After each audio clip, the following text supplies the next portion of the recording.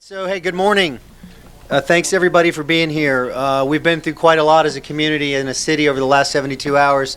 Frankly, the entire state has been through a lot. I've been saying since yesterday, gosh, the time has just flown by, it's kind of a blur, that we owe deep gratitude to our first responders. They were out yesterday. Was it yesterday or Monday? Monday. Yeah, saving lives, and we all witnessed it happen. And right now we have men and women, the workers on the ground, the men and women of the JEA out working to restore power. We have crews, cut and toss crews working to make sure roads are clear so people are safe and they can get into restore power. And while we dodged the loss of life because of the first responders, there are still a lot of people in this city in a lot of pain for a lot of different reasons right now.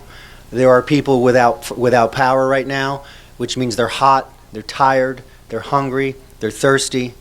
There are people that had their property and their homes, the things that they spent all their time building, their personal wealth, just a lot of pain. And that's why we're here today. The Florida's First Coast Relief Fund will support citizens throughout Northeast Florida who need assistance.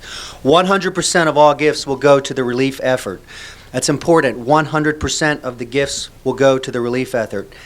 Any unspent funds will be used to seed a permanent disaster relief fund in Duval, Baker, Clay, Putnam, and St. Johns counties. These funds will help organizations provide citizens with housing, medical costs, food and supplies, repairs, and other immediate and long-term needs. I'm always amazed by the generosity and volunteerism of the people of this community and the people of Jacksonville. People that visit here find out just how kind we are. In the last 2 days, more than $2 million has been pledged. Yesterday, the Jacksonville Jaguars and Shad Khan announced a $1 million contribution to the fund to kickstart the local relief efforts. The Jesse Ball DuPont Fund trustees pledged $250,000 and another $250,000 in matching funds for a total of $500,000. Additionally, Florida Blue has pledged a portion of the company's $1 million statewide commitment to Northeast Florida Irma relief. And the Lucy Gooden Foundation, J.P. Morgan Chase, Mayo Clinic, Baptist Health, the Community Foundation, and the United Way of Northeast Florida have all made commitments to the fund totaling nearly $700,000. Thank you for your incredible leadership and support.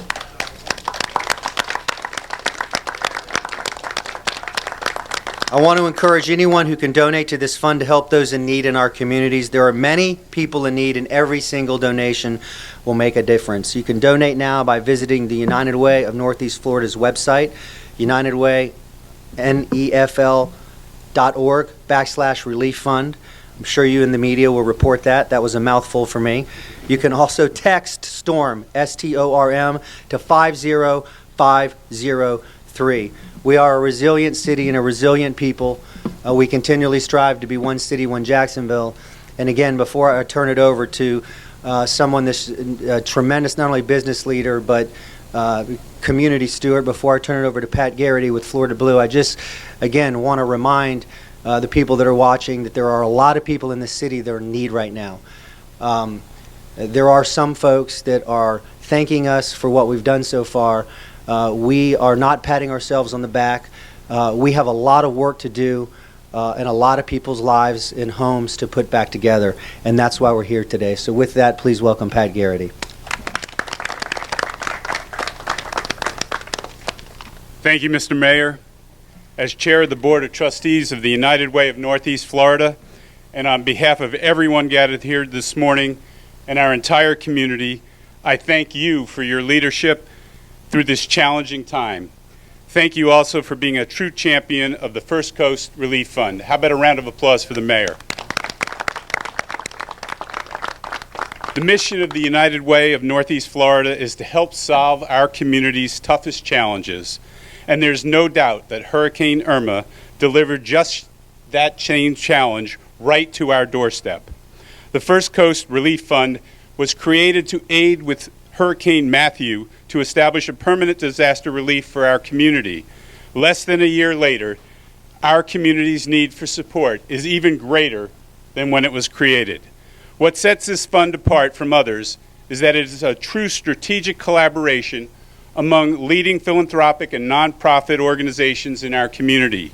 United Way of Northeast Florida, the fiscal agent for the fund, United Way of St. Johns County, the Community Federation of Northeast Florida, the Jesse DuPont Ball Fund, and the Jewish Federation of Jacksonville all joined together in this fund. Together, these organizations demonstrate that the whole is greater than the sum of its parts, and our community and the people who need our support the most are better for it. I am very proud of the commitment and collaboration of these organizations. How about a round of applause for all of those organizations? As CEO of Florida Blue, I am also very proud to let you know that our company has committed $1 million to hurricane relief statewide, and a significant portion of that will be committed right here in Northeast Florida.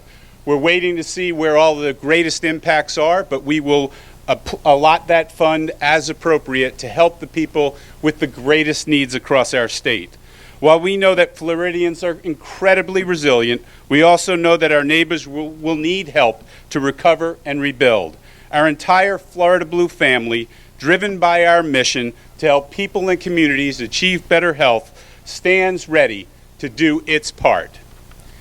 And I challenge my fellow corporate leaders to join us, to join the Jaguars and the Jesse Ball DuPont Fund and other generous contributors to help us amplify the power of this incredible collaboration. 100% of all the gifts to the relief effort and any unspent funds are used to maintain the permanent disaster fund. Our community is counting on us. Please consider making a contribution to the First Coast Relief Fund.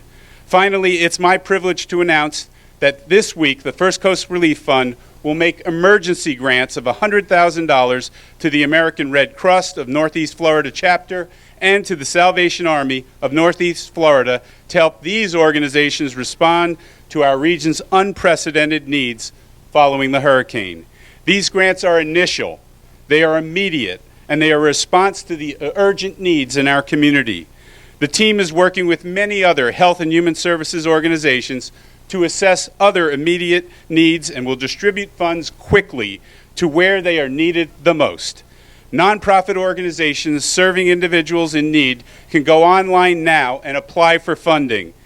The mayor gave the web address, but let me try that one again. United Way, NEFL, Northeast Florida, .org/relieffund/.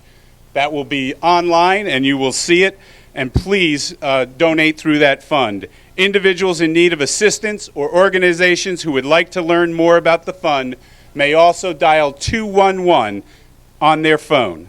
Now, please join me in welcoming Major Rob Vincent from the Salvation Army. Their folks have been doing a fabulous job, and they will continue to be supporting our community. How about a round of applause for Rob Vincent? Thank you for allowing us to be a part of this. We are a community, and it's going to take a community like Jacksonville, like Clay County, St. Augustine. All of those communities have to come together, and the purpose of coming together is to support one another. When a neighbor is in need, we need to step forward and offer that need. Too many times we ignore the people around us, and what this will do is it will enable us to pay attention to what's going on around us in our community. We can come together as one. This First Coast Florida Fund is an incredible piece of resource to the Salvation Army, to the American Red Cross, and to all the partners that will participate in the relief of this community. We have already provided lodging for over 220 individuals from this community alone in the first few days of the storm. They came out of the storm and were sheltered in our emergency weather shelter. And just yesterday, that shelter itself closed.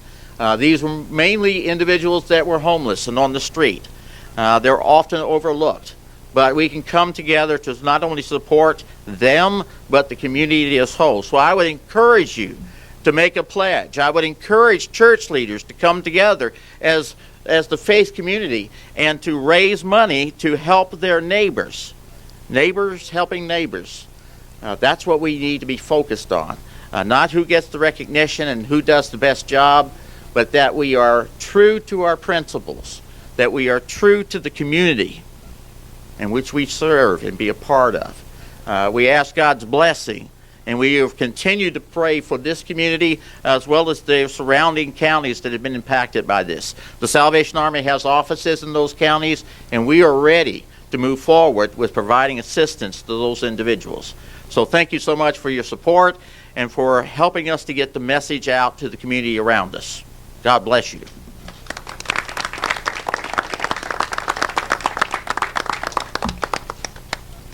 Okay, if there are any questions about this, we can take them here as a group.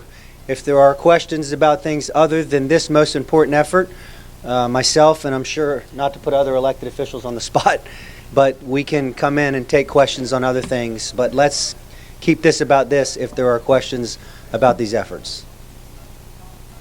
All right. I hope everyone will consider donating. Yes, sir. Can I make a quick comment?